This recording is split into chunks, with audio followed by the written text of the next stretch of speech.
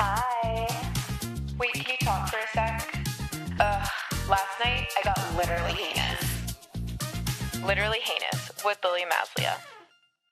Hello and welcome to Literally Heinous. I'm so excited for today's episode because I think I have the smartest guest I've ever had on my podcast. We have Taylor Von Lasley. You guys, I found her on TikTok and she's a professor at Syracuse, which means she's really, really smart. And she captivated me with her coverage of the Lindsay Clancy trial. But she's a TV writer, she's a screenwriter, she's a professor, and so smart and so beautiful. She joined the pod to tell us all about it. So Taylor, welcome to Literally Heinous. Thank you so much for having me, Lily. So excited to have you on. I was just telling Taylor that my brother just graduated from Syracuse in May. So I've been very like Otto the Orange pilled lately. And Newhouse, the communication school, is just so awesome. Like I loved my experience doing journalism at Ohio State. Like wouldn't trade it for anything. But if I did, it would have been that. Yeah, Newhouse is a pretty amazing place. A lot of legacy in this building. So it feels really like powerful to walk into the building every day, and just I'm always a little bit taken aback that this is my real life. So what do you teach at Syracuse? So I teach TV and screenwriting. I basically teach 4 classes. One is just sort of a prerequisite for all of the majors to learn what a screenplay is and how to write one. And that is just like a games class. Like that one's really fun.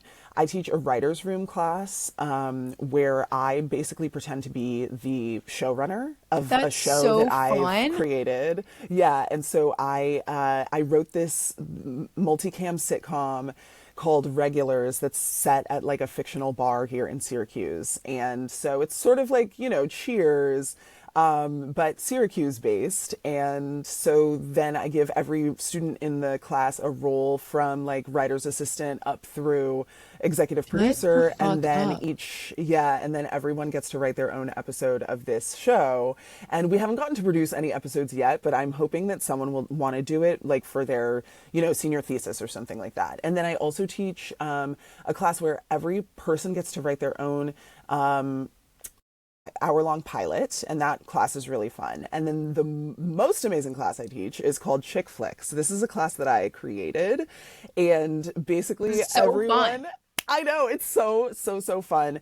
Everyone in the, so we all watch a bunch of chick flicks. We talk about them and how they fit into feminist cinematic history. Yeah. And then we, at the end of the class, everyone pitches their own chick flick to the class, and everyone like puts up on the board on the screen their pitch and their deck and everything, and then all the movies obviously get bought.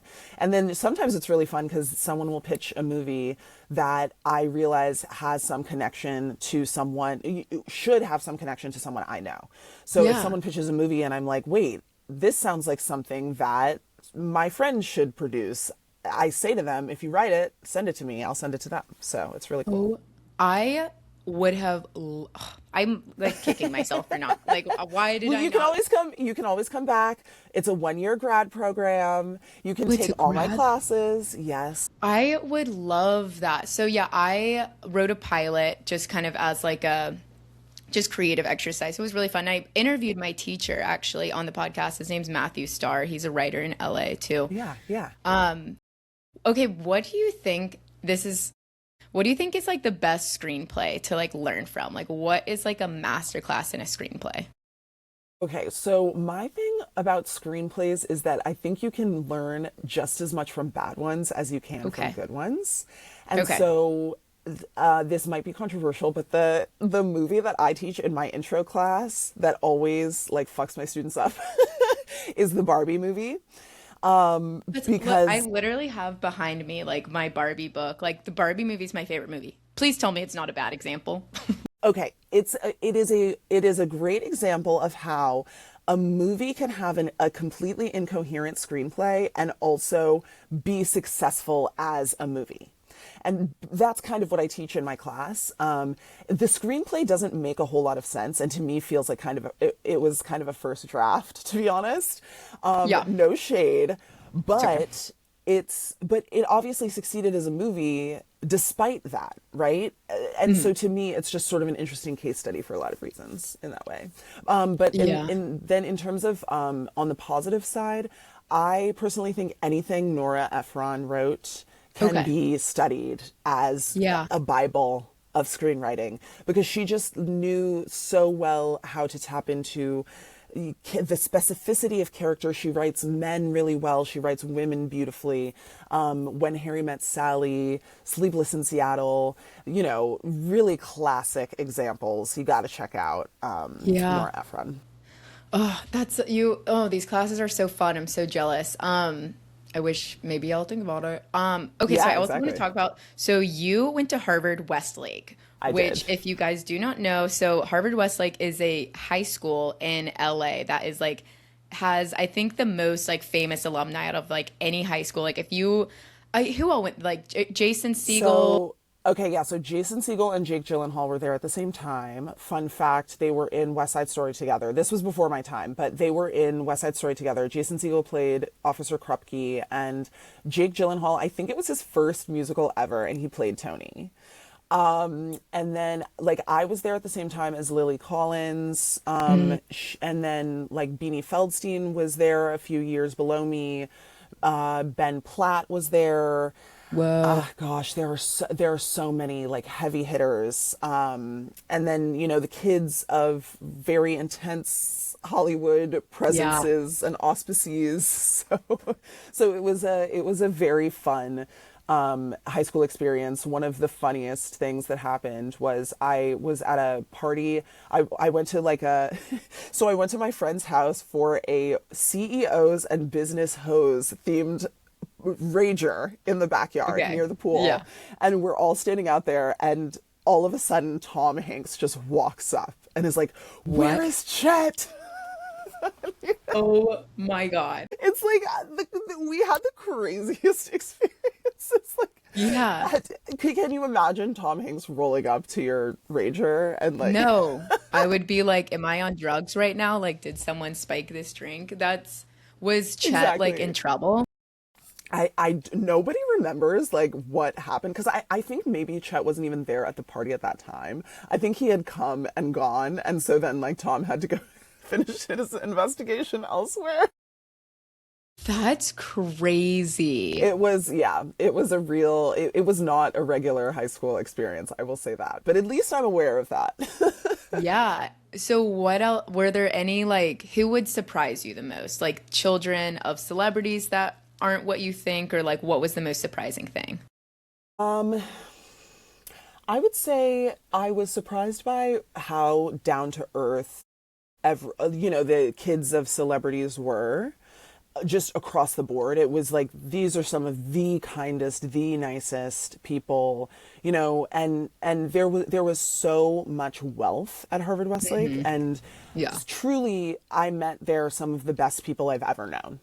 And so Yeah. it's really cool to me that those two can coexist, because I think and this is not like pro, insane wealth. Like I'm Yeah. still eat the rich down always, but it's good to know that the progeny, the offspring of the wealthy can be good people and are. Yeah. So, yeah. Wow. Interesting. Yeah. Um, what was Lily Collins like? She and I were friends. She was great. We did theater together, and she Okay. always she was always gorgeous. Like I remember, Yeah. so she came to the school in ninth grade. She is the year above me, so I was in eighth grade, and we were in, what play was it together? We did. It may have been Great Expectations, Yeah. and she was just so like stunningly beautiful, literally from the moment Yeah. everybody laid eyes on her. It was like kind of sickening, but also Yeah. so wonderful, like such a kind person. And we ended up being in the same peer support group in high school. So like we got to know each other better, and just Lily, if you see this, I love you. You're fab. Like really a stand-up lady, and I'm glad that she has seen as much success. And I actually remember her saying, because she's like, I want to say she's like 5'2" or 5'3", like, Yeah. and I'm 6 feet. So, so I just remember at the time in high school her saying something like, "Yeah, I think I want to be a model," and I was like, "Lily, like, girl, you're like five Yeah. foot three," and then the next year she was walking in a Ralph Lauren show. So Yeah. the power of obviously connections, talent, beauty, is That's pretty impressive. so crazy. The Ben Yeah. Platt of it all is he always like interests me. Like I kind of defend him Yeah. sometimes. People don't like him, but Oh, I do. I'm a huge Ben Platt defender, like Same. huge, because Ben is so. Not only is he like obviously a really talented guy, but I really appreciate his ability to separate himself from his family's politics, because Yeah. there are I think five kids in the Platt family, and I would say Ben is certainly the most public, the most Yeah. public of them. But there's another sibling who's like also very sort of vocally politically opposed. And so I think it's cool that Ben like has the chutzpah to, be who he Yeah. is and stand up for what he really believes in, even if that is different from his family. Yeah, he is very talented, and I always joke on my podcast that I'm pro Nepo baby because like Yes. people get so weird about it, and I'm like, genuinely, what do you expect the children of creatives to do? Go into And actuarial this is the thing. science? No, exactly. And this is the thing is like there are so many people whose parents are lawyers and then they decide to go to law school. There are so many people whose parents are doctors and then they decide to go to med school. So if your parent is an actor and you grow up in a house reading scripts and be talking about what is the character's motivation and all of that stuff, that is the way that you see the world. And I Yeah. think the only reason people get upset about nepo babies in the industry is because there's access to such wealth. Like if your dad is a Mhm. plumber and then you decide to become a plumber, like nobody is going to have a problem with that because you're not like taking Yeah. away this, highly exclusive career from Yeah. someone who otherwise wouldn't have access, right? So I think that's a Yeah. huge part of it. And it's also weird. So my dad is the one that like pop culture pilled me when I was younger. Like my dad was like showed me every movie, like bought me all my CDs, like everything. So I grew up always knowing that like famous people had famous parents. Like Nicole Yes, Richie, Paris Hilton, Miley Cyrus. That was just exactly. something that like I always knew. So when that whole Yeah. thing blew up like in 2022 when everyone was like freaking out about nepo babies, I was just like, are you guys dumb? Like, do you not know that? No, exactly. Well, and you know who is a really good nepo baby and is also one of my good friends is Allison Williams. And she did a great interview in Vulture, I think around that time, I want to say in Yeah. 2022, about how she is a nepo baby and it's fine for her to say that. And she understands that she got her foot into doors with, more access Yeah. because of the and she got access to more opportunities earlier in life because of her connections through her dad. And that doesn't mean that she's not talented. Like Allison is truly one of the most talented people I've ever met. Yeah. Like we were in a show together my her senior year, my sophomore year, and she was like have you heard her sing? Like not just on Girls. Like have you heard her sing? She has the voice of I an angel. really. You must hear this woman. Her voice is a gift, and this is the thing is like you don't even know that, you know what I Yeah. mean, because like we just think of her as Marnie singing like that funny version, Hmm. you know. Yeah. so That's so it's so like she's funny. so multi-talented, and like she absolutely deserves everything that she has because of her talent. And she also at the same time recognizes that she had different access because Yeah. of how she grew up and who her Yeah. dad is, and I think those two can coexist. I can't believe you're friends with her. That's crazy to I me. know. Were you friends with her I at Yale or Harvard Westlake? at Yale. She's from New York City, so yeah, we ended up becoming friends at Yale, and yeah, she's great. That's so funny. I want to go back to your teaching quickly, and then I swear we'll talk about Yeah, Lindsay Clancy, but I'm yeah, also yeah. kind of obsessed with you, and I feel like I could talk to you all day. Um, Yes, so like with do you teach undergrads or grad students? both. So Okay. I teach basically like sophomores through grad students and PhD So students. with like undergrad, so I'm 28 and so I'm like very Gen Z cusp. Like I'm Yeah. 1997, like true like millennial childhood, but like, Yeah. Gen Z. So I'm like, are the kids all right? I always like wonder about them and I worry about them. And it's like, what are their like references? Like, are they super prude? Right. Like how people say, like, are the kids okay? The kids are all right. I adore my students. They are like I mean, they're the whole reason I do this. I was telling my students today, I feel like there are three types of professors, and like, I'm the type of professor who loves the students. Like, that is the reason I'm here.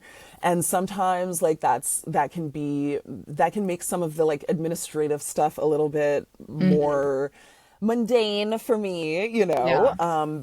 But I adore my students. They're brilliant. They're so tapped in and so like on top of it. And what I will say is I do notice a difference between the women and the men. So I will say I feel like the women are still very like, they take initiative and they're on top of things, you know.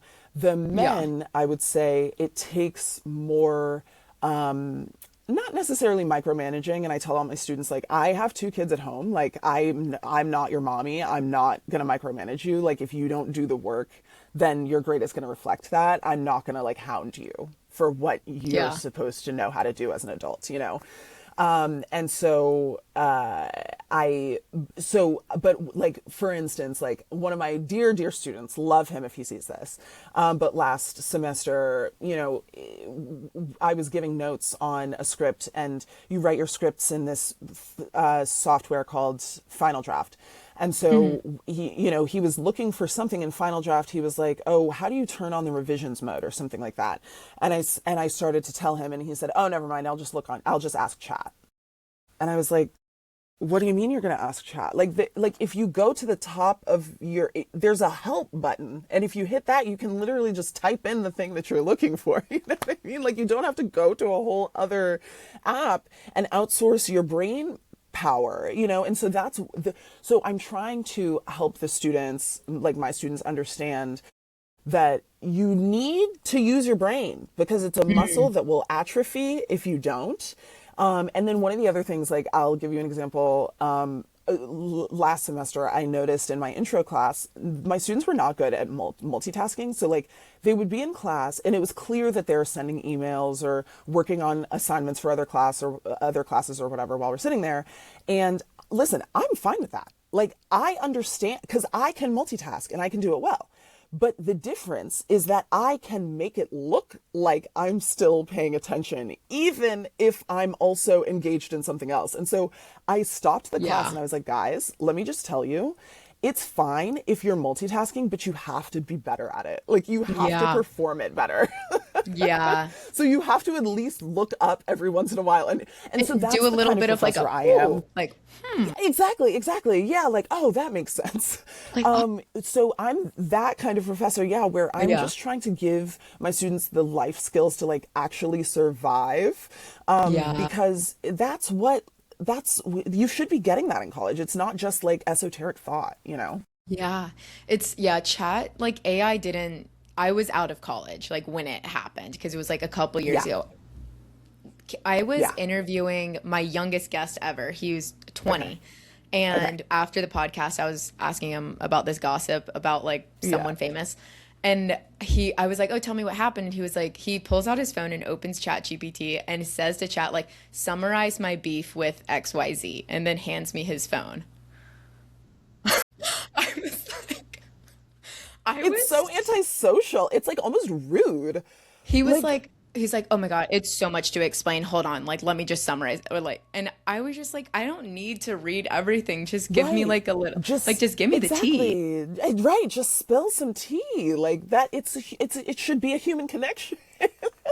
I felt So, so old, like so many yeah. times. I was like, I'm hip, I'm young, like I'm 28, but Right. You're only 28. I felt 4,000. Yeah. That's so Well, and then funny. the other Yeah. thing that I've noticed is that the men are all sports gambling, which is honestly scary.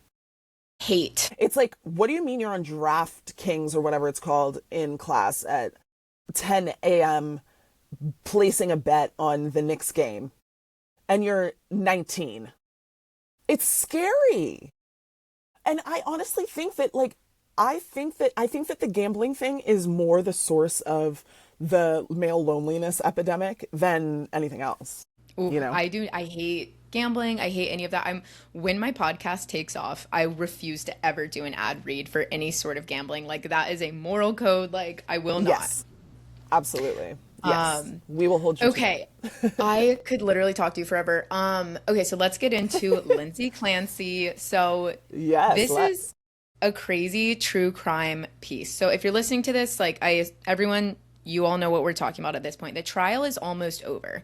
So can you give like a quick summary? I think that like a big misconception is that like people are debating or the jury is debating whether it was criminal intent or premeditated.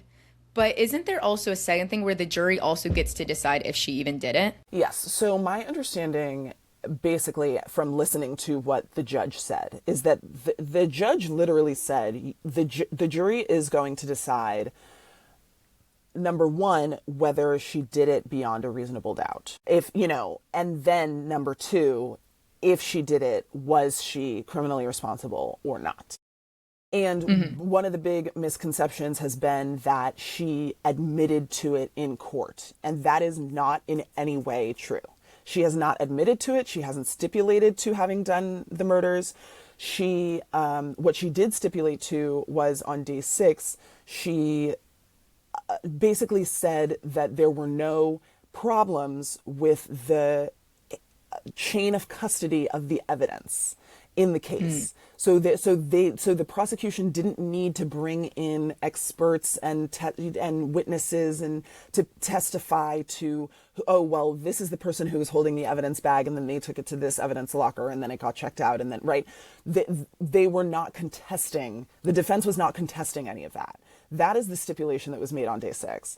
There was never a stipulation that said that, well, she admits she killed the kids. There is another misconception about that stipulation, which is that she tried to stipulate to having done the murders at the beginning of the case. And that would have bifurcated the case and created 2 different cases, one for criminal responsibility and then one for reasonable doubt. And the prosecution didn't want that and the judge didn't want that. And so therefore it is one case where the jury is going to have to decide on all of those factors. Okay. And I know you're so very smart, but for some of the Haniacs that might not, just no one in particular, when you say stipulated, quick question, explain it to us like we only talk about Ariana Grande every episode. Yes. Okay. So a stipulation is basically just like a concession, like an agreement, like you're willing to say, okay, I'll give you that. So it's like, I'll give you the custody, the evidence custody so that it's something we don't have to talk about. And so when she was trying to stipulate to having done the murders, that basically means that before the trial started, her defense attorney wanted for her to admit to having done the murders. And the judge denied it and the prosecution denied it, basically because the prosecution wanted to try her on first-degree murder, which is premeditated murder. And the only way to do that is if the prosecution is also willing to prove beyond a reasonable doubt that she committed the murders, which in my opinion, on day 18 at this point, they have not. Okay. So the jury is responsible for deciding if she did it. And then if she did it, was it premeditated or was it an act of insanity? Exactly. Yes. I'm on very like anti-man TikTok, which like I love. Right. So I was definitely getting all of the like Patrick did it. And then I kind of had to like pull my head out of water and be like, okay, I think this is how people get like really weird and conspiratorial. But do you think that there's a chance that like she could get off completely clean? I do think there's a chance she could get off completely because in the event that the jury finds reasonable doubt that she even committed the murders at all. Now, I think the reason that this is so confusing to so many people is because we, the people on the outside, have access to a lot more information than the jury does. And so the jury doesn't know that Lindsay is suing the doctors, and that in that lawsuit she says what she was saying while she was killing her kids. The jury doesn't have access to that. So the jury could hear the story as the prosecution and, you know, ex-husband have presented it and say, well, this just doesn't add up. Like, there are questions, there are timeline inconsistencies, and they could just say she's not guilty. And the reason, like, I don't think that it's that likely, because the defense isn't, that's not the part of the defense's strategy. The defense is not trying to get her totally acquitted. And so I think that the jury may sort of infer, like, what the rest of us are aware of on the outside. But I do not believe that the prosecution has proved beyond a reasonable doubt that she did it. And to me, it's absolutely wild that they don't have any evidence of her saying she did it. They have no, like, there's just so many questions. There's no, in theory, there was a camera, there was like a baby monitor pointing at the window that she supposedly jumped out of. So why don't we have that footage just to show us, right? Yeah. They didn't play the 911 call, but for the public, but they played it for the jury and everyone in the courtroom. And so we've heard secondhand accounts of what's in the 911 call. And it's unclear whether or not she actually was even able to speak, so it's just, to me, I see myself as an unbiased person generally, because as a screenwriter, I have to be impartial enough to be able to see the viewpoints of all of the characters in my story. So it's like, I have to be able to put myself in everyone's individual shoes. And so I really do feel unbiased about this, but if I were on the jury, I would vote not guilty, because I do not think that the story happened the way that people are claiming it did. And that would give me enough reasonable doubt. Okay. So the basic timeline is that it was in the afternoon in February in 2023, and that Lindsay January sent 24th, oh my God, January 24th. Okay. Thank you. Lindsay sent Patrick, her deadbeat husband, by the way. Right. That's a whole other thing. Like, I hate a deadbeat. Yes, same. I divorced mine. Good for you. I'm marrying a very good man, but I watch him. You know what I mean? Yes. Yeah. Well, and here's the thing. They're good until they're not. So if it's ever not good, just make a promise to yourself that you're going to leave. And I know that that's maybe a cynical way to go into a marriage, but take it from an auntie. Yes, I've already, my trick, it's kind of a joke, but I do mean it, is like, I do think the easier you make a man's life, the more he grows to resent you. So like, I show up in my relationship by making his life difficult. Yes, and I think that like works, because men, if you make their lives too easy, you rob them of their natural ability to provide and protect. I love so that's why I'm difficult. Yes. Okay. So she sends, I love it. So he was gone for, I think, maybe 55 minutes, because he says he left at 5:15 p.m. and says he returned at 6:09 p.m. Yes. Then, and he goes to the pharmacy, and this is for me what like is everything, is the fact that he calls Lindsay for a question about the prescription. Exactly. Because, so this detail to me, so basically the story is as he tells it, and he's the only person who can remember anything, because the three kids obviously are now deceased, and Lindsay was, psychotic, and supposedly doesn't remember what happened, which also is part of why I take issue with this whole thing. But so, Patrick says that he left the house at 5:15. He went to CVS, which is a 3-minute drive away. He didn't arrive at CVS until 5:32. So I am math challenged, but I know offhand that is 17 minutes. Yeah. So it took him 17 minutes to go to do a 3-minute drive. He also supposedly sent an email from home at 5:24, even though he claims to have left at 5:15. So there's all these inconsistencies already. He gets to the pharmacy. He's looking for kids, for Pedialax, which is a kid's laxative. He says he can't find it. And so he calls because the shelves were empty, which we can see in the video that in the CCTV footage that the shelves are not empty. Mm-hmm.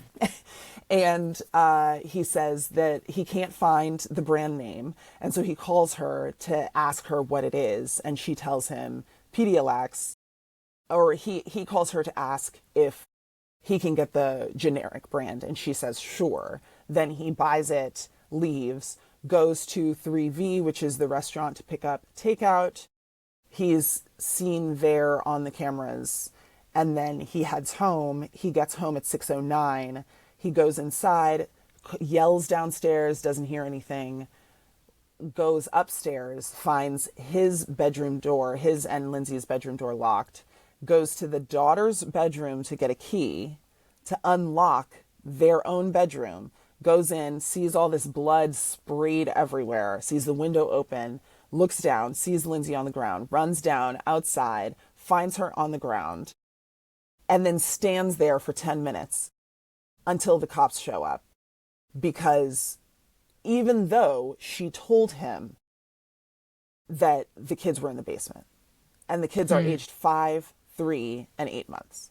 So as a parent, my alarm bells are going off because, and that's the reason that I got into this case, was because of that one detail, that he stayed with her outside waiting for the first responders to come instead of going to check on the kids whom she had said were in the basement. Because even if if my husband were laying on the ground, my now ex-husband, if he were laying on the ground, something has happened, I've seen blood upstairs, my first thought is, are the kids okay? Because I am a parent, and any parent who cares about their children is going to think, are the kids okay? Because a 5-year-old, sure, a 5-year-old can take care of themselves to an extent for 10 minutes, 20 minutes, right? A 3-year-old, less so, but the 5-year-old and the 3-year-old can occupy each other. An 8-month-old could roll over and end up suffocating on the floor. Do you know what I mean? Like, so the idea that Patrick was standing there with Lindsay, who said they're in the basement. I tried to kill myself, they're in the basement. And then he doesn't check the basement, even though he can see into that window right there. I'm just like, as a storyteller, I'm just like, this doesn't make sense.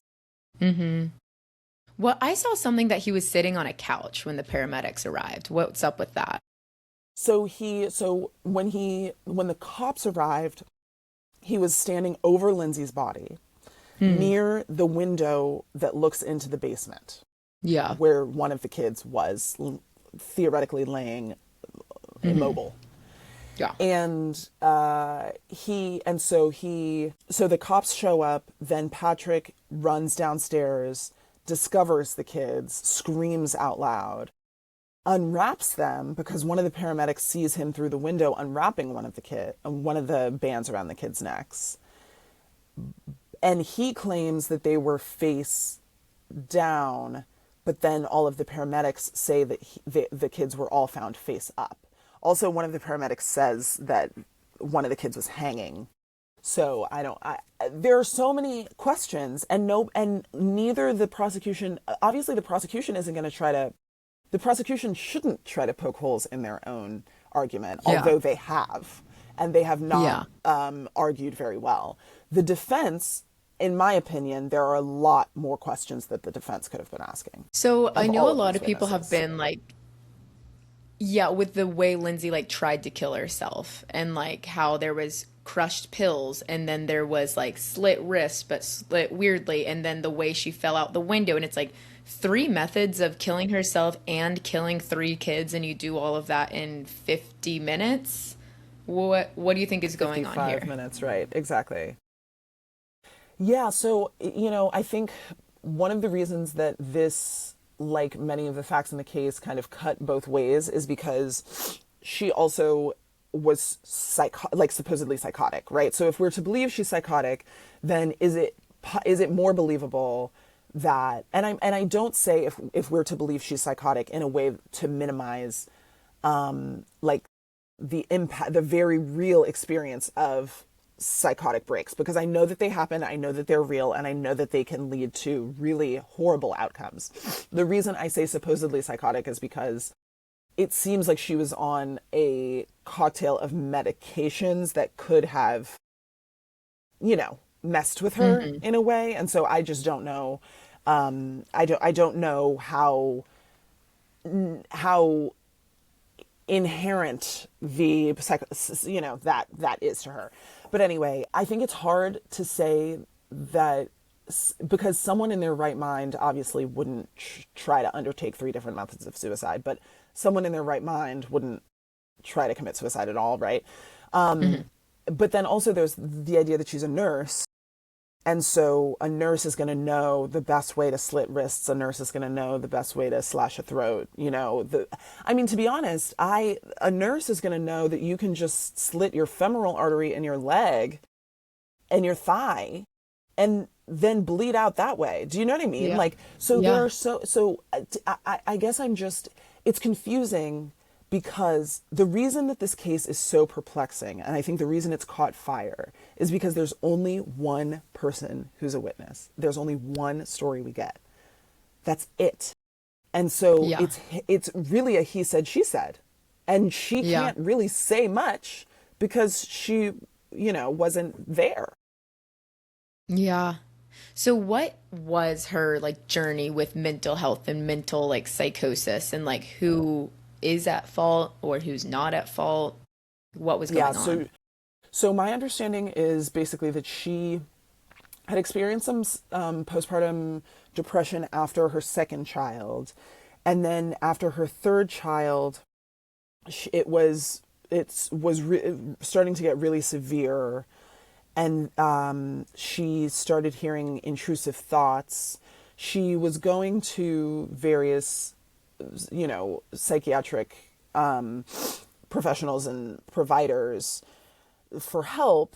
And so it seems like, from what I can tell, it honestly seems like it was a clusterfuck in every possible way, because she was seeing a bunch of different providers, and then the different providers were prescribing a bunch of different medications. And so at one time, I think she was on 13 different medications, or there was a list of 13 different medications that she was taking at different points. So, obviously she was over medicated. She was turned away from an inpatient psychiatric program because she was because they saw her as over medicated. And so to me, regardless of who killed the kids, it absolutely was a failure of mental health services, Yeah. And I think that one of the, as a TV writer, I'm interested in the story itself, and I'm also interested in the response to the story. And to me, what's interesting about the response to the story is that people are assuming that the conspiracy theorists think that it's not a story about mental health. But I believe that all of the conspiracy theorists, as far as I'm aware, still think that this was a massive failure of the mental health system. It's just they also think that something else was at play, Yeah. Yeah, I think, I don't know. I was getting so Patrick did it for a second that I was I really need to calm down. You know what I mean? Right. But I don't know. Do you think, is it that dramatic? I feel like people are so movies and TV and Gone Girl coded that it's could it be that dramatic, or is it just a failure of mental health professionals plus a deadbeat husband? I think it could be all of the above, to be honest. Yeah. And I think, so Occam's razor is the theory that the simplest answer is usually the correct one, right? So to me, the simplest answer would be that she did it. That she did exactly what they're saying she did.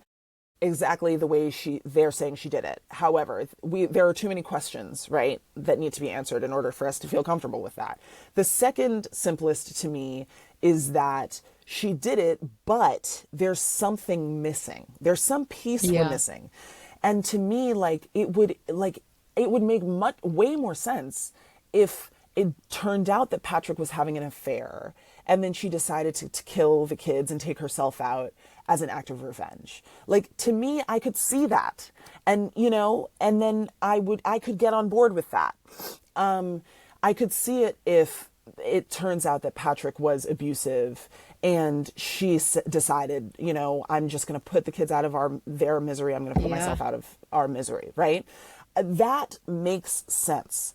But it doesn't, just killing her kids to kill her kids because she felt like it, doesn't make sense. And the prosecution has not presented a compelling motive, which I think is part of the reason that their case is such a flop. Yeah. Then listening to the story, to me, the first place my mind went as soon as I heard the story was, okay, so obviously he was drugging her and Yeah. she was being driven insane, Yeah. and she may have done it, she may not have, but she was driven to a point through these psychiatric medications being misused where she was genuinely psychotic. Yeah. Now, to me, then there are all of these other questions. Like, I could go on, but Yeah. to me, my main question is, this woman who was obsessed with her kids, loved her kids, was such a dedicated mom. I don't think she would go somewhere else to die separately from them. I don't buy that. To me, it feels like the simplest solution is, given all of the inconsistencies we've seen, the simplest solution to me feels like, as a storyteller, and this is complete hypothetical, is he was drugging her the whole time, trying to drive her crazy. He drugged her and left her in the bedroom with the window open, hoping that she would succumb to the cold or something like that. I think it makes sense that she climbed out of the window to try to get to the kids who were in the basement, because she fell right outside a window that is very near the basement. And if she was trying to get to them to save them, you know what I mean? Yeah. That makes sense to me. Yeah. It may It kind not of reminds be me correct. of Killers of the Flower Moon. You know how like Oh, I haven't Leonardo seen that. DiCaprio drugged. It was really good. Well, spoilers. Yeah, Um, I can't watch like 3 4 hour movies. I don't have it in me. I love that you have that boundary. Okay, so Yeah. but my other question, I mean, there's so long. Why can't like has Lindsay not like told her lawyer Reddington like what happened, or does she not remember, or like why aren't we hearing like from her perspective? So Reddington's not going to put her on the stand because it's too risky to have her Yeah. testify for herself.